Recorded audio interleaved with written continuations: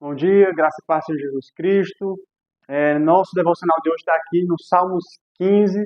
O tema é o cidadão dos céus. Somente o versículo 1 diz assim: Quem, Senhor, habitará no teu tabernáculo? Quem há de morar no teu santo monte? Duas expressões simbólicas, né? Quem habitará no tabernáculo, né, onde a presença de Deus estava? Ou quem morará no santo monte? O judeu tinha a compreensão e a ideia de que o monte era um lugar mais sagrado. E, de fato, no Velho Testamento, nós vemos ali Deus se revelando nos montes, né? No Monte Sinai, no Monte Horebe. Então, para o judeu, essa compreensão de que o monte era um lugar santo, sim, de fato.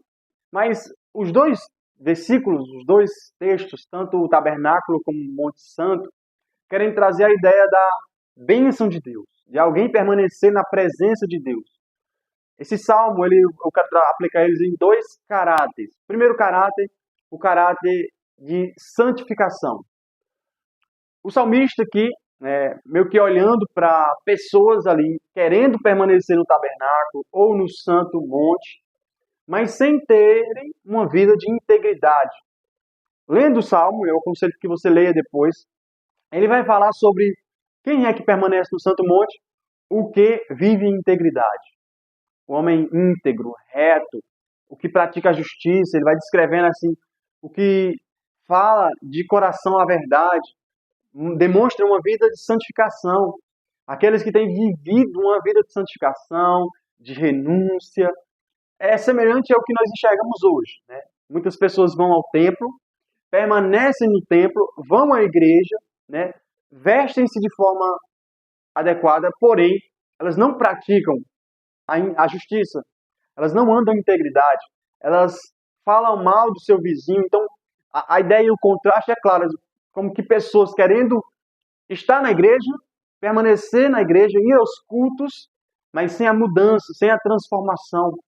A Bíblia diz que ele nos escolheu para sermos santos, ele nos predestinou para sermos santos e irrepreensíveis. Portanto, aquele que diz que é salvo, aquele que diz que é cristão, que quer permanecer no santo monte, esse precisa estar sendo santificado. João 15 diz: Não foram vós que me escolhestes, mas eu escolhi a vós, e vos designei para que vás e deis fruto. O crente genuíno, verdadeiro, que nasceu de novo, ele precisa estar nesse processo de santificação. Ele precisa estar nesse processo de abandono do pecado, de integridade, de renunciar ao mundo, de renunciar às paixões. Por isso, esse salmo aqui é um confronto direto ao religioso, que quer simplesmente estar vestindo a roupa da religião, mas não vive de fato esses princípios estabelecidos aqui. Por exemplo, mas honra aos que temem ao Senhor, o que não empresta seu dinheiro com usúria, não aceita suborno contra o inocente, esse não será abalado. Fala de santificação. A bênção do Senhor está sobre o seu povo. O seu povo são aqueles que têm vivenciado a sua vida cristã em santificação, em renúncias. O que acontece muitas vezes hoje em dia? Muitas pessoas, elas estão na igreja, mas elas não estão passando pelo processo de regeneração, de santificação. Logo, elas entendem e acham que são cristãs porque passaram pelo batismo, passaram pelas experiências, no caso do batismo, elas ceiam, elas fazem parte da liturgia, e elas entendem que isso é suficiente. Mas a pessoa que realmente nasceu de novo, que passou pela porta, ela precisa estar nesse processo de santificação. Se você não está nesse processo de santificação, é porque você ainda de fato não foi salvo, não foi ainda atraído com laços de misericórdia pelo nosso Deus.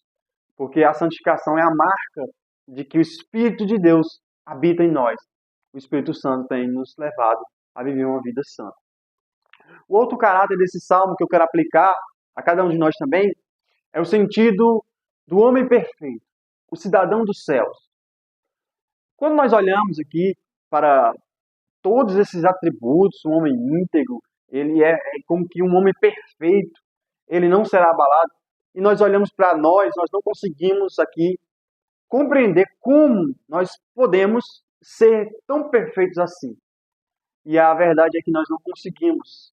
Uma coisa é santificação, nós lutamos contra, vivemos ali lutando contra o pecado, renunciando, mas outra coisa é cumprir todas essas ordenanças perfeitamente, sem cometer nenhuma transgressão.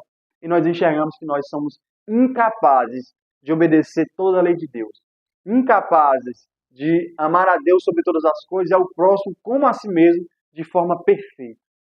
É aí onde nós vemos que nós não temos como ir ao céu. Nós não temos como, pelas nossas obras, práticas, atitudes, entrar no Santo Monte, que é a figura também aqui referente ao céu. Nós não temos como ir à presença de Deus, permanecer na presença de Deus. Mas aqui nesse homem perfeito, nessa descrição do homem perfeito, nós encontramos a pessoa de Jesus Cristo. A Bíblia diz que ele, Jesus, em tudo foi tentado, mas sem pecado. Jesus foi o único que venceu todas essas coisas, o mundo, a morte, o diabo. Ele prevaleceu e diz aqui, jamais será abalado. Somente Jesus, ele jamais será abalado, porque só ele cumpriu toda a lei de Deus. Mas o fato, e o que o Evangelho representa, é que esse homem justo cumpriu toda a lei, e sobre ele estava a bênção de Deus. E quando ele morre na cruz, ele recebe sobre ele as maldições que eram referentes ao homem pecador, ao homem que não obedecia à lei. Ele sofre, está sobre ele as nossas maldições, por isso ele se fez maldito em nosso lugar. E essas bênçãos aqui do homem que jamais será abalado é nos concedida. Eu e você hoje jamais seremos abalados, porque Jesus Cristo nos deu esse benefício. A vida justa e santa que ele viveu, ele nos imputou. É a teologia da dupla imputação. Os nossos pecados, a nossa maldição foi imputada a Jesus. E a sua bênção foi imputada a nós. Foi uma troca. O justo pelos injustos. Nós temos a bênção de Deus. Podemos hoje permanecer no Santo Monte. Podemos hoje permanecer no tabernáculo. Não por obras, para que ninguém se glorie. Mas por meio do sacrifício de Jesus Cristo. Porque é dom de Deus a salvação. E Ele nos deu através de Jesus Cristo. Lembre-se, a salvação foi gratuita para mim e para você. Porém, para Cristo foi um preço altíssimo, preço de sangue, morte de cruz, para que eu e você temos acesso hoje ao nosso Deus, por causa de Cristo Jesus. Ele é a propiciação pelos nossos pecados. Ele é o nosso sacrifício substitutivo. Por isso, o centro do Evangelho é Cristo. Ele nos deu acesso a Deus. Por isso, nós devemos lançar a nossa fé, a nossa esperança em Jesus Cristo de Nazaré.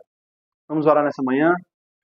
Senhor Deus e Pai, nessa manhã nós apresentamos, Pai, a nossa oração, nosso agradecimento pelo Teu sacrifício ali na cruz.